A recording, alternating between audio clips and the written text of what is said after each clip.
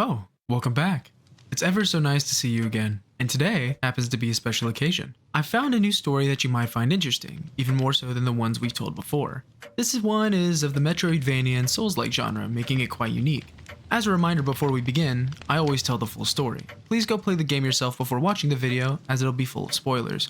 For one last thing, please leave a like and comment, and maybe even subscribe if you like the video. Without further ado, let me share with you a tale of an infected world that only rains, and a little girl's quest to cleanse the blight.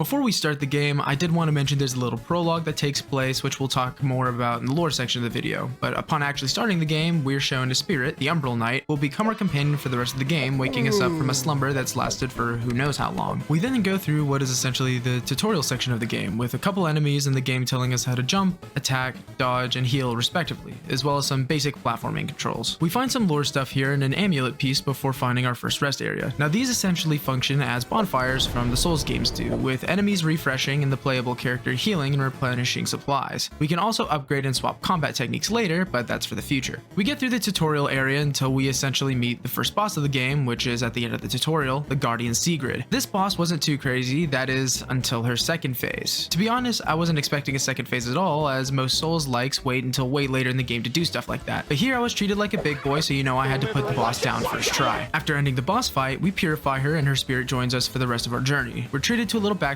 before she lost all control to the blight, before the game lets us know that we've unlocked a double jump. This is where we're introduced to the biggest gameplay loop element, which is the collecting of spirits we purify. In each area, there are mini bosses and then full-blown bosses that join us after we defeat and purify them. Mini bosses are generally variants of normal enemies that show up, and their spirits only give the player usable techniques that have a limited number of uses. On the other hand, full bosses always give the player a new combat technique which may or may not have limited uses, as well as a new way to maneuver the map, which can unlock new areas or ones that we couldn't get to before, as it's a Metroidvania. Since we just unlocked a double jump, some areas have been open that we've already been to, but most are still locked until way later. After beating the boss, we enter the White Parish with a new rest area. We see that the blighted rain has essentially completely ended every living thing and infected them into creatures unsimilar to who they were before. Before entering the next area, we meet an infected horse thingy, but that's a future me problem. While running around, I actually ended up finding a mini boss called the Cliffside Hamlet Youth, which I quickly dispatched and purified before heading onwards to the next rest area. Here we find some more lore, but more importantly, we unlock fast travel, as the infected horse from before is unlike every other blighted creature in the game and doesn't want to kill us. Instead, it'll carry us between different rest areas. Useful, right? Here's where the game's paths kind of split a bit. Now, I'm gonna tell y'all how we went about beating the game using our route, so there's probably gonna be a more concrete route that's a little easier, but I ran around a bit and got confused here and there, so you guys get what you get. I decided that I wanted to go to the bottom path, which led me to the Witch's Thicket. Now, this place was scary to me because mushrooms haunt me from the numerous Mario creepypastas that I watched from when I was 12. Unfortunately for me, this area was full of supernatural magic gunslinging mushrooms, but that didn't stop me from grinding them up and making the stoners around the world proud. Eventually, after going through a couple rooms, the Umbral Knight lets us know that the Coven is beneath us, but that it might be flooded. Now, I don't have the ability to swim yet, but I'm sure that'll get figured out when we get there. Around the area, I found another mini boss called the Fungal Sorcerer, which actually wasn't very hard and died pretty easily. This is where I got a little confused. Now, because of the Umbral Knight's flooded comments earlier, I thought that I had to backtrack and I couldn't go forward because it would be flooded. Don't ask me why, I have plenty of excuses, such as my nephews having told me all about Skivity toilet lore just an hour prior. Regardless of all my excuses though, I changed routes and went northward, which led me into the other area I could have chosen earlier, the Cliffside Hamlet. This area is essentially a completely degraded village that's been overtaken by the blight. There are some archer enemies here, some annoying birds, but outside of enemies, there's one thing here that stands out above the rest, and that is the soundtrack. This is probably my favorite OST in the game, and since I can't show it here for obvious reasons, I implore you to go listen yourself. It's a perfect somber song that fills me up with an emotion I can't quite explain, as much of this soundtrack does. I especially love that this is one of the only parts of the soundtrack with any singing, which makes the song that much more special. But I think that's enough of me blabbering about the soundtrack for now. Through this area specifically, it became clear how much I was going to have to backtrack with new abilities to grab stuff that was previously inaccessible. I found some more lore stuff and relics which give you buffs or change the way the game is played. After moving through a couple areas, I found the Western Merchant mini-boss, which is a variant of the bird enemies I found throughout the area. He was purified without much of a fight, fight, and after, I found so many red walls and floors that it started to make me mad. Seriously, I hate you, you stupid little unbreakable endgame walls. I ended up finding a new rest area before going on to an area I hadn't explored behind me, which actually led me to the Headless Defender mini-boss, which was a variant of the night enemies I've been fighting for a bit now. After purifying him, it was time to head on to the first real boss of the game, Jared the Elder Warrior. Jared is a massive knight that has telegraphed but strong attacks. He also introduces the player to a 3-phase style boss that every boss fight from here on out will generally have. These could honestly be put into 2 or 3 phases, but I'm gonna go with 3 because if a boss goes invincible twice and changes his attacks each time, then that's another phase in my book. This is the first fight to actually take me more than one try, which will unfortunately happen more commonly in the future. After killing Jared, we're shown a backstory during a cutscene in which we see him trying to keep his consciousness so he can defend those he loves. After the cutscene, I was given the power to Mario Booty Smash through red floors, as well as use Jared as my heavy attack, which I used for the rest of the game. We love you, Jared. There are a couple little areas around here to explore, such as finding another priestess, such as ourselves, that we were too late to help. Despite our lack of speed, we are given an item that buffs how much we heal every time we find a dead priestess, so as much as it pains me to say, their deaths were for the better. Once exploring and grabbing all the items, it's clear that this route is dead, which makes me go back to the route I abandoned earlier in the Witch's Thicket. This is where I have to stop the video for a quick second to ask you to please like, comment, and subscribe if you haven't. Doing any of these helps the channel immensely and boosts us in the algorithm. 97% of our viewers aren't subscribed. These videos take a lot of time and effort, so any support is greatly appreciated. But without further distractions, let's get back into the video. Upon returning, I figured out why I got so confused before. There's an area where you jump down, and in the new area there's a magic waterfall that you can swim into that pushes you back up. When I initially traveled to this part of the thicket and dropped down, I accidentally jumped into the water and was instantly pushed up, making me unable to drop down further into the area. So that's why I ended up thinking I needed the ability to swim before I could go further. What can I say? Silly me. With that out of the way though, I continued along, finding new plant-human hybrid enemies and other amalgamations of magic and humanity, before finding the Floral Sorceress mini-boss. She was a little tougher, but I purified her regardless. Interestingly enough, she's actually connected to the Fungal Sorcerer mini-boss from earlier, as they were both lovers who couldn't reunite before falling to the Blight. After making it deep into the Coven, I found the next main boss, the Dark Witch Elaine. This was a somewhat tougher fight to me at this point in the game, because she teleported constantly around the map and spammed projectiles. Like Jared, she had 3 phases where she would get stronger in each. In only the second phase here, I ended up pulling an almost trump where I got the back of my head smacked with some magic and had to restart. This boss actually took me a couple of tries, with the main thing stopping me being her 3rd phase, where she teleports behind the player and shoots spikes from her body out to skewer you. Regardless of how hard she fought though, I ended up putting her down and purified her, which once again treated us to a cutscene. In the cutscene, Elaine explains how the Coven eventually became lost, most likely due to the contaminated rain flooding the area. She fought to the very end using her magic, but failed to protect those who she wanted to. The rain eventually took all. After the cutscene, I was also gifted 2 things, which I used for the rest of my playthrough. 1 being able to swim through water, and 2, magic, or as I like to call it,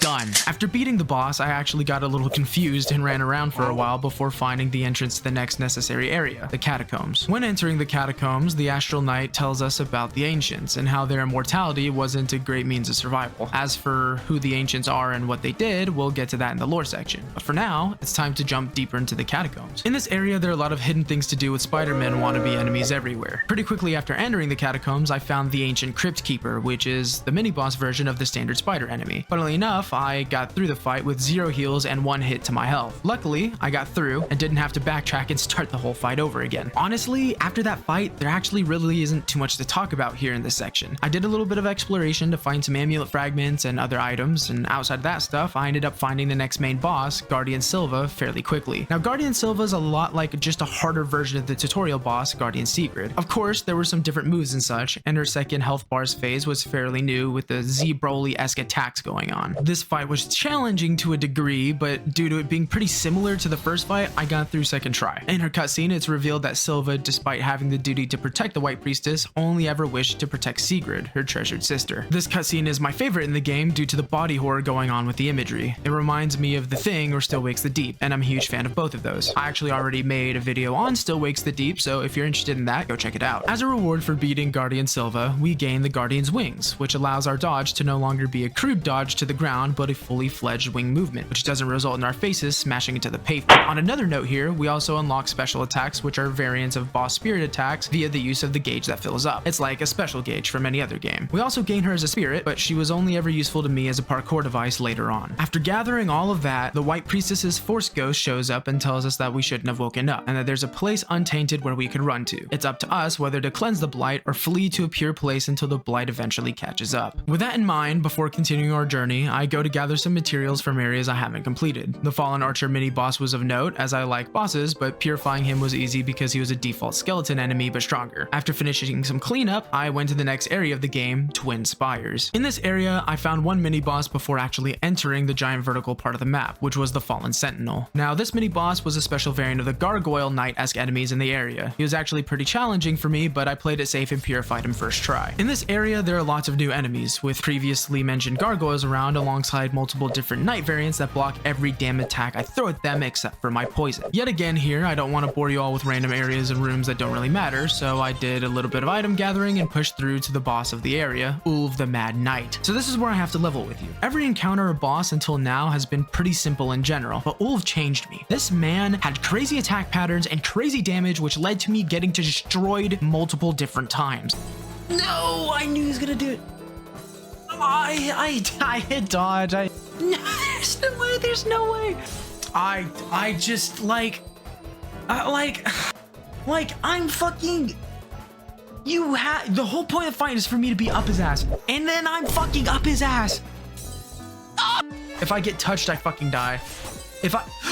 In every phase, he has a slash that can happen once or twice. Now, it's mostly twice, but sometimes he just randomly decides to do whatever he wants and slashes once. Outside of that, the only other attack that really caught me off guard consistently was this delayed slash that teleports onto you no matter where you are. Now, I know this is easy to parry if I time it right, but as I forgot parrying existed here, dodging was my everything. And yes, I can also admit that this should be pretty easy to dodge, but I don't even have an excuse. It was so easy for me the first 4 attempts, and then my brain just suddenly forgot all the knowledge on how to dodge, and boom, I got cooked so bad it would put a white family's Thanksgiving turkey to shame. This was by far the hardest boss fight in the game for me. I even had one run where he literally had 1 hit left and I messed up a dodge into his attack, instantly killing me. Anyone who has played Souls games before should know how bad this felt. Eventually, I had to lock in and absolutely purify this man to shreds. Once purified, we were shown some backstories always, with the failure of protecting the Bastion being shown. He became an immortal through a potion administered by the priestess, but after so long, all he wished for was death. He fought for the priestess regardless, as she was the only one to have ever had long conversations with him. He protected her favorite flower field even after his mind had long since left. From Ulv, we gained the ability to attach to walls and climb them, which is essential for the rest of the entire game and various hidden areas. Outside of that though, we immediately put our new ability to use and find another dead priestess, whose wish we gather as we continue on through an underwater minefield into the next area, the Stockade. The Stockade is stocked full of assassin type enemies that rush or teleport behind you. These enemies make me very sad, not particularly the ones that teleport, funnily enough, but the ones that just rush you because of how long their range is. So in this area, I did a little bit of a funny. I literally didn't find any mini bosses, and I didn't really explore, and I just went straight to the main boss. I'll explain later when I went back to find any stuff and any important things that I found, but for now, I'll explain the main boss of the Stockade, Honir, the Keeper of the Abyss. This is an assassin type boss. He spawns enemies to distract you and generally focuses on sneak attacks and ranged attacks. He also tries to stay away from the player a lot, which ended up with me spamming bullets or just chasing him the entire fight. This was actually one of the easier bosses with a first try clear from me. After beating him, we're rewarded with a grapple hook, which is once again integral to future areas and backtracking, and we were also rewarded with some good old-fashioned backstory. Honir tried to flee with the priestess, but unfortunately he was chased into the executioner's grounds. Once there, he was asked by the white priestess one request: to protect the ground they stood on. After moving past his body, I find a priestess he was supposed to protect and gather her wish as well, upgrading my heal in the process. This was where I decided to finally go back and actually explore the Stockade. Of note, I found upgrade material, extra health, a relic or two, and a mini boss called the Secret Experiment. This mini boss is a variant of an enemy I haven't really mentioned until now, which I call the Mimic. They hide as pots or boxes and are really beefy and do a ton of damage. So this mini boss was really cool for me to fight. I still one-tried him though, GG easy. I also found another mini boss called the Dark Executioner, which was a variant of the teleporting assassin enemy. Now this boss had a slightly different moveset, but regardless, I had to purify him at the ground real quick. At this point, I was still in a little bit of a backtracking kind of mood, so I went back to the Cliffside Hamlet and found another mini boss, the Cliffside Hamlet Elder. This is a variant of the big orc type enemies in the area, and as much as I would like to say this was a challenge, it took me 5 whole seconds to purify him. Now, at this point, it's finally time to continue on into the ruined castle. So in this area, there are, as you would assume, a lot of knight type enemies with flying abilities, shields, and super annoying horse knights. There are also some weird goth girls, but we won't talk about those. After a while of platforming and fighting dozens of even medieval knights, I found another dead priestess who had passed away in her room. As always, healing upgrade, baby. I then proceeded to sleep off the trauma of seeing another dead body and moved on by Spider-Man web slinging away. The web slinging brought me out into an open area with a new mini-boss called the One-Eyed Royal Aegis. Now this mini-boss is an obviously stronger variant of the large shield knight enemy, and as such, he kinda sucks. As per usual though, he got blitzed and purified. Now onto the boss. Knight Captain Julius is a fast enemy that deflects every damn attack. He is always jumping around the map, and as I mentioned before, he deflects every solid attack he possibly can. My tactic ended up being to use poison and to get behind him as much as possible until I could whittle away enough health to succeed. Now, eventually his phases give him some strong as hell attacks, such as a thrust that almost killed me the first time I saw it, as well as a 10 times Kamehameha. This one took me a couple tries, but I got it down pretty quick. The cutscene that plays shows us why Julius was in the throne room. The king had told him that the countless knights that threw themselves away for immortality and the White Priestess were disposable. Julius saw the greed in the king's heart and put him to rest with his sword, as their eyes met for the very first time. The most important reward that we get here is the Spectral Lance, which allows us to dash as long as there isn't a wall, as well as finally destroy the red walls that have been in my way the entire game. So after all that, this is where I once again decided to go backtrack and grab stuff. Apart from the usual things, I found a secret area in the hamlet with a piece of a stone slab. This is used for the true ending, which I'll get eventually, but for now, just know that we need 7 of these pieces. While backtracking, I found the Chief Guardian mini-boss, which is the Mandrake off IHOP. Don't ask me what I did, I just did it. It was hard. After that long purification process, I found another priestess, which actually started a little cutscene with the Umbral Knight. It turns out she kept us company during our long slumber until her untimely death. To honor her, our character takes up her name, Lily, so that her spirit may live on with us. Within the castle, I found another mini-boss, which I somehow didn't find before, called the Forsaken Fellworm. This is a variant of the draconic-esque enemies we've seen a couple times before. I had to play smart here, but spamming a poison doesn't leave much room for our dragon friend to live in, so I had to purify it to end its suffering. Within an area that's kind of between the stockade and castle, we meet another vision of the White Priestess. She beckons us into a room filled with flowers and water, where the White Priestess uses her last purification on us, and we attain the first ending, Ending A. In this ending, Lily gives up fighting and goes to live on her own accord. The White Priestess of the Fount is essentially dead, with her spirit gone but her body remaining. The Umbral Knight tells us to go, and that he'll take care of the rest. He says he found solace in our company, as we give him a final hug before we say goodbye. The final words of this ending are that the pact will bring them together someday, and to live a full life. Luckily, that isn't canon for my playthrough, so I'm just gonna say that that was a silly dream. After finishing that ending up, it's time to enter the final zone of the game, the Verboten Domain. This area is filled with blight, which essentially means that I had tons of poison gas and water that hurts if I go into it. For now, we don't have a way to really get around it very easily, so we just have to take a ton of damage. The goal in this area is to open up an elevator from 2 sides, so that's what we do. For this entire area, until we get a mask item that cleanses some of the damage, it's just sprint to the next clean area, so I don't have a ton to say here. We do eventually find the mask item, but we ended up deciding to go fight the main boss of the area first, Muriel the Beloved. This boss is the definition of an absolute unit. It's like a scuffed version of Puff the Magic Dragon, and spams fire as well as cheap claw moves that come out from beneath the ground. This took just a couple tries, but still hit me with something cool at the end. This is the only boss that Lily doesn't purify after beating. There's no soul in the body, just blight, which leads us into the next room where we can purify the person who is Muriel's lover. Phaedon was a scientist that tried to bring her back, but the blight simply preventing him from doing so. Despite being blighted, she never once harmed him. He helped to create the immortal knights and damned them. His final wish was to save the White Priestess and to hear Muriel's voice one last time. The ability that we got from Phaedon was to open various locked doors that have been around the map through the entire playthrough. With this, the entire map is finally accessible. After purifying him, I set off to go find the next rest area, which was in a flesh-covered wasteland. The White Priestess of the Fount was finally close. But before that, it was time for the final backtracking runs, where I collected the other 6 pieces of the stone tablet from various hidden areas around the map, most of which were blocked by the unlockable doors. Since I don't want to bore you, I won't describe where and how I found every one of them, but just know it took me like 3 hours. Despite me having every piece though, I still needed to put it together using a ritual. Upon finding one of the final tablet pieces though, I got a cutscene that regarded our favorite Umbral Knight. We're told that an immortal knight's death may only come from when their priestess dies. He saw his priestess die, and it's revealed that his name is Farron. He was told in his priestess's final moments that their pact would be transferred to the final priestess, Lily. Farron tells us that originally he wanted to end the pact himself, most likely by killing us, but as we continued on in our journey, he realized that only by us being together can we free the White Priestess of the Fount. Outside of tablet shenanigans, I found every other collectible and upgrade I could, as well as every mini-boss, which I'll show you all now. The first mini-boss I found was the Incompetent Sinner, which was a variant of the underwater frog-like enemies. He tried to hold me back, but I love me some frog legs. Next was the Verboten Champion, which is a variant of of the mummy-like enemies found around the Verboten domain. Now he put up a good fight, but he was put down regardless. Now for the final mini-boss that I didn't bring up earlier. What I'm referring to is the Castle Town Maiden. And the reason I didn't bring them up earlier is because they're not much of a boss. This is a really sad enemy because they never fight back. This is a variant of the wolf type enemies, and it simply follows Lily around and sits waiting to be put down. Its description reads that the maiden was tending to her dog when the rain came and nuzzled against her, never to leave her side again. But now that all that sad stuff is out of the way, so are the mini bosses, so it's time to get into the final two endings. In the heart of the Blight, we finally find the priestess's body. She says coming here was pointless before she ends up turning into the final boss, the Blighted Lord. Now the Blighted Lord is 1, the coolest looking boss in the game, and 2, very hard. Now the two worst things about this fight is that the Lord spawns enemies the entire time that hit like trucks, and that the boss is the spongiest enemy in the game. It has so much health, it's insane. I ended up using a double poison kind of build with all the damage relics I could use to boost myself reasonably. Luckily, I ended up killing the Blighted Lord pretty fast on my second try, which resulted in ending B. In this ending, Lily can't purify the Blighted Lord. The priestess of the fount appears once again and reveals that Lily is her clone. She decides to remain with the priestess to shoulder the pain of the Blight together. This ending essentially means that the Blight never ends, with Lily most likely becoming a Blighted Lord herself, and is the only 100% true bad ending if you consider Lily leaving the blighted country to somewhere safe being more of a neutral one. In order to get the true ending, Lily has to craft a relic using the completed tablet, which we do in a room behind where we first woke up on our journey. Once crafted, the relic can shoulder the pain of purification. Now that we're effectively equipped, it's time to go kill the Blighted Lord for the final time. There was only one problem about ending C though, and that was after killing the Blighted Lord for the last time, there was an entire new phase with the new health bar, meaning I had to almost flawless the first health bar and keep all of my spirit uses while doing it. This new phase was also insane, with tracking orbs and nukes as well as shockwaves every once in a while. Every attack was essentially a 2-shot as well, which forced me to lock in and beat the Blighted Lord for the true ending on my second try. Once Lily purifies the Blighted Lord, we get backstory of the White Priestess of the Fount, in which all of the White Priestess's clones were going to receive her blight and suffer so that she may live longer. She didn't wish for her legacy to be like this, as she only wanted a legacy of hope. Her spirit is shown again, with both Lily and her facing each other. Lily runs and hugs who is essentially her mother. The Priestess of the Fount thanks Lily for saving everyone and freeing her. It's her time to go, and her spirit leaves. The rain is then shown to stop, with a beautiful sun taking its place. There is an epilogue in which Lily is finally done. The Priestess says that though the Blight took their bodies, their souls still watch over them, and that she'll never leave her side. Okay,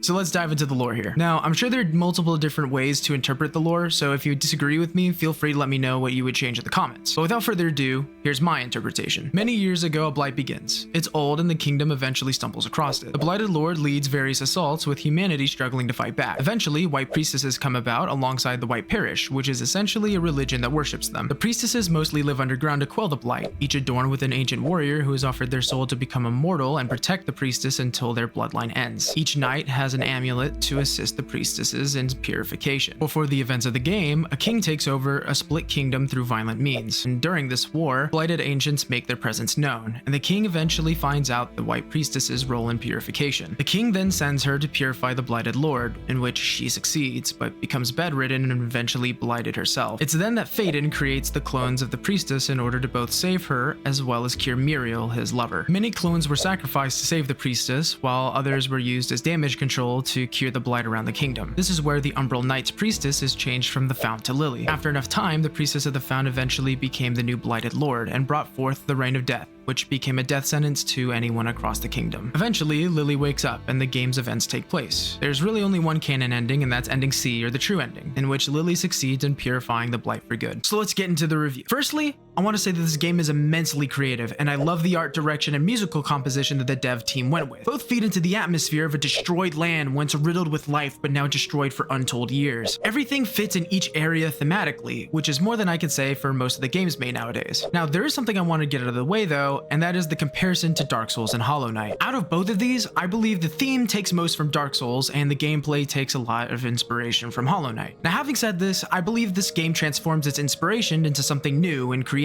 And despite what some might say, my criteria for saying this is a Souls-like is that the Steam page says so. Is it Elden Ring or Black Myth Wukong? No, but it has some Souls-like elements, so yeah. That's the clarification for those in the comments who would argue this is only a Metroidvania and not a Souls-like. I do want to talk a little bit about the combat though. While I love the idea of using the spirits, and there are a ton of them and it's really creative, not many of my hits felt like they had much weight. Granted, they are spirits, so touche devs. Too many of the end game enemies felt like damage sponges, especially the last area. Despite me having max damage possible, I felt like I was hitting things with slightly heavier wet napkins as opposed to the dry ones. On the topic of enemies though, I didn't really have any issues with level design. I enjoyed most of it, though I wish there were some harder and better parkour sections reminiscent of the Path of Pain from Hollow Knight. Now some might argue that there's some unfair ganking enemy sections, but to that I say, get good, my friend, it's part of the game. Moving on from level design though, I'll also say that this game has really good replay value, with the boss rush unlocking after the true ending alongside some other ways to change how hard the game is and a new game plus. The final thing I wanted to mention is the fantastic UI and detail. For one, throughout the entire game, the more Lily purifies, the more tainted her body gets. That's what I call a pretty awesome detail. The other thing I really wanted to say was that the map is done the best I've ever seen in a game. Seriously, this map shows every possible way to enter and leave a room, as well as if the room has been completed or if there are more things to do in the area. More games need to do this, I'm telling you. This was the most fun I've had collecting stuff in a game because I knew when I was done. Plus serotonin from golden rooms always helps. All in all, this game has a fantastic world that I got immersed in. I wanted to learn all that I could about the lore and I eventually 100% of the game. I literally found everything and killed everything humanly possible. Because of how awesome this game is, I give it an 8.7. Now, I know that there's a confirmed sequel for the future, so put me down as excited. If they fix the couple of problems that I had with the game, it could be a straight 10 out of 10. So, that's everything. If you made it this far, please consider leaving a like, leaving a comment about your thoughts on the game, and subscribing. This video has definitely been our biggest project so far, and we only want to put better stuff out there. Subscribing always helps to motivate us, and I wanted to say thank you to our first 100 subscribers. I appreciate every one of you. With that out of the way, until next time, have a peaceful journey.